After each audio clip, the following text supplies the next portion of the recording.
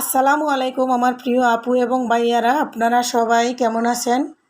আশা করি আপনারা যে যেখান থেকে দেশ এবং দেশের বাইরে থেকে আমার ভিডিওটি দেখতেছেন, আপনারা সবাই আল্লাহর রহমতে বেশ ভালো আছেন। আমি আপনাদের দোয়া এবং ভালোবাসা আল্লাহ তাআলার অশেষ রহমতে অনেক ভালো আছি। আজকে আমি আবার নতুন একটা ভিডিও নিয়ে চলে আসলাম আপনাদের সামনে। প্লিজ আপনারা আমার ভিডিওটা না টেনে পুরো ভিডিওটি দেখবেন। আশা করি আমার ভিডিওটা আপনাদের কাছে অনেক ভালো লাগবে। আমি সকালবেলা আজকে কিচেনটা পরিষ্কার করার জন্য চলে আসছি কিচেনে, কিন্তু বাহিরের ওয়েদারটা অনেকটা খারাপ আর একদিকে কারেন্টও নাই। তো আমি মোবাইলের ফ্ল্যাশ দিয়ে যতটুকু কাজ সাধ্যের ভিতরে আছে অতটুকু দেখাচ্ছি। তো গ্লাসটা আমি আগে পরিষ্কার করে নিচ্ছি, কারণ গ্লাসের মধ্যে যে বাহিরে দাগগুলা দেখতেছেন, এগুলা আমাদের বিল্ডিংয়ের উপরে যখন মিস্ত্রিরা কাজ করে তখন এই দাগগুলা ফেলে দিয়েছিল। আমি বাহিরের অংশটা পরিষ্কার করতে পারি না, কারণ ওইদিকে যাওয়ার কোনো রাস্তা নাই বা আমার হাতও ওইদিকে যায় না। গ্লাসের ভিতরের যতটুকু অংশ আমি যতটুকু পারি এভাবে ক্লিন করে নিই। আপনারা আমার ভিডিওটা যারা দেখতেছেন, প্লিজ আমার ভিডিওটা দেখার পর একটা লাইক দিয়ে দিবেন। আপনাদের একটা লাইক আমি এখানে কাজ করার অনেকটা আগ্রহ বেড়ে যায়। আর যারা নতুন এবং নতুন ভাইয়া এবং আপুরা আমার ভিডিও দেখতেছেন, আপনারা একটা সাবস্ক্রাইব এবং পাশে থাকা বেল আইকনে ক্লিক করে দিবেন। তাহলে আমি ভিডিও ছাড়ার সাথে সাথে আপনাদের মোবাইলে নোটিফিকেশন চলে যাবে, আপনারা আমার ভিডিওটি দেখতে পারবেন। যাই হোক, শেষ পর্যন্ত কারেন্ট আসছে আর বাহিরের দিকেও বৃষ্টির ভাবটা চলে গেছে। তা আমি এভাবে একটা একটা করে পরিষ্কার করে নিচ্ছি।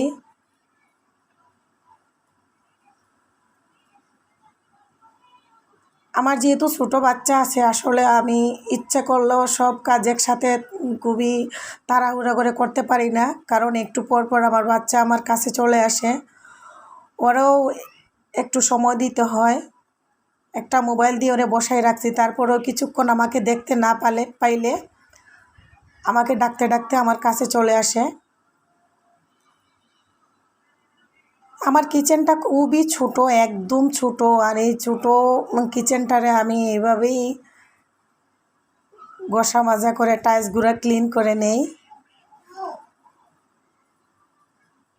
আমি বাইরে যেতে পারতেছি না, কারণ এই প্রতিদিনই বৃষ্টি হচ্ছে এখানে। এই কোণার জন্য আমি একটা কর্নার র্যাক নিয়ে আসব আমার ছোট ছোট হাতের কাছের জিনিসগুলো রাখার জন্যে। আপাতত আমি এই কর্নারে কিছু রাখি না। এই যে আমার একটা গাছ মগের ভিতরে রাখছি, আর ভিমবারের বোতল, সাবান ক্যাস, এগুলোই রাখি। হয়ে গেছে আমার ক্লিন করা, চকচক করে ফেলছি। তো এগুলো করতে করতে চলে আসছে রান্নার সময়। রান্নার জন্য প্রস্তুতি নিয়ে নিয়েছি। আজকে বেশি কিছু রান্না করব না, ডাল রান্না করেই নিয়েছি, আর বেগুন ভাজি করতেছি। এরকম বেগুন ভাজি আমার খুবই পছন্দ।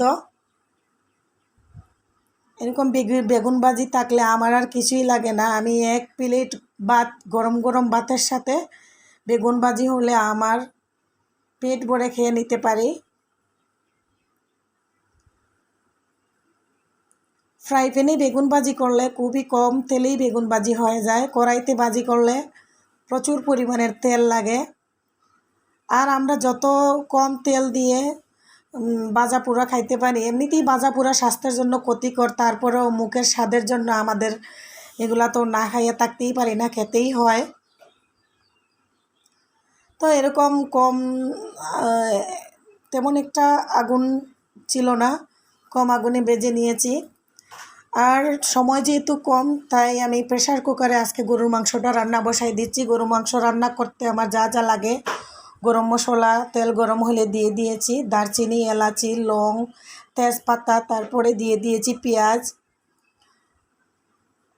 পেঁয়াজের কালারটা একটু চেঞ্জ হয়ে আসলে আমি আদা বাটা, রসুন বাটা, জিরা বাটা দিয়ে দিয়েছি। দিয়ে নাড়াচাড়া করে তারপরে হলুদের গুঁড়া, মরিচের গুঁড়া, জিরার গুঁড়া, তারপরে মাংসের মশলা, ওগুলা লবণ দিয়ে ভালো করে মাংসটা আমি মশলাটা কষিয়ে নিব।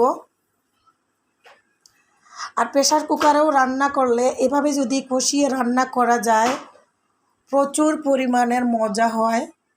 এভাবে রান্না আপনারা করে দেখবেন।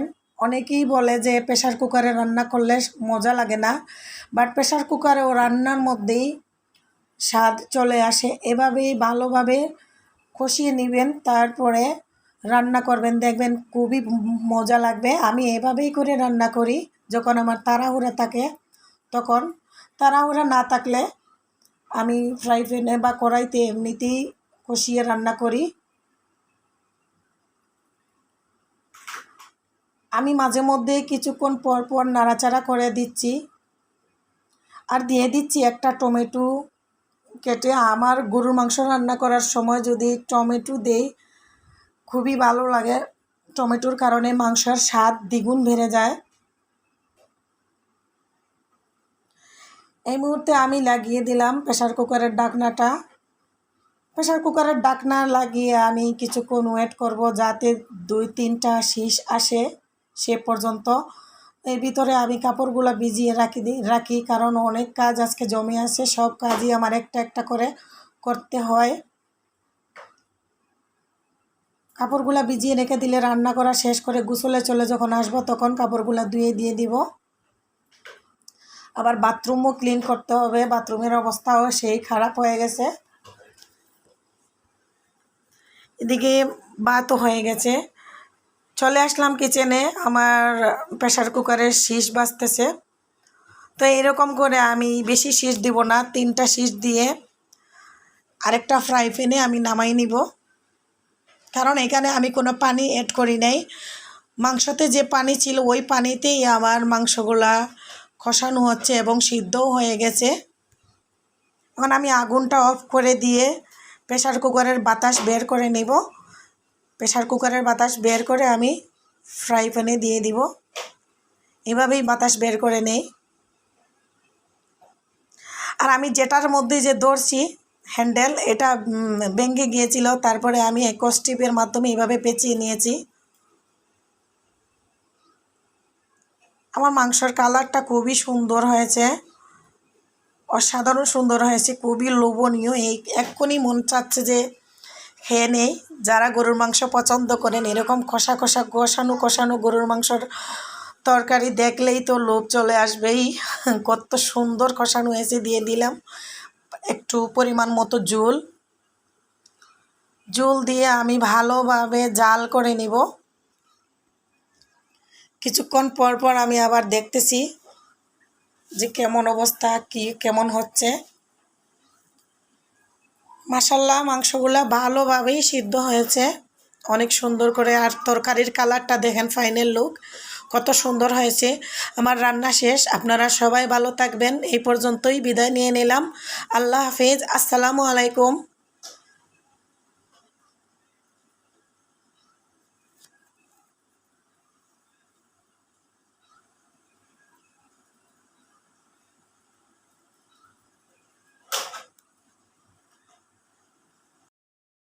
Thanks for watching.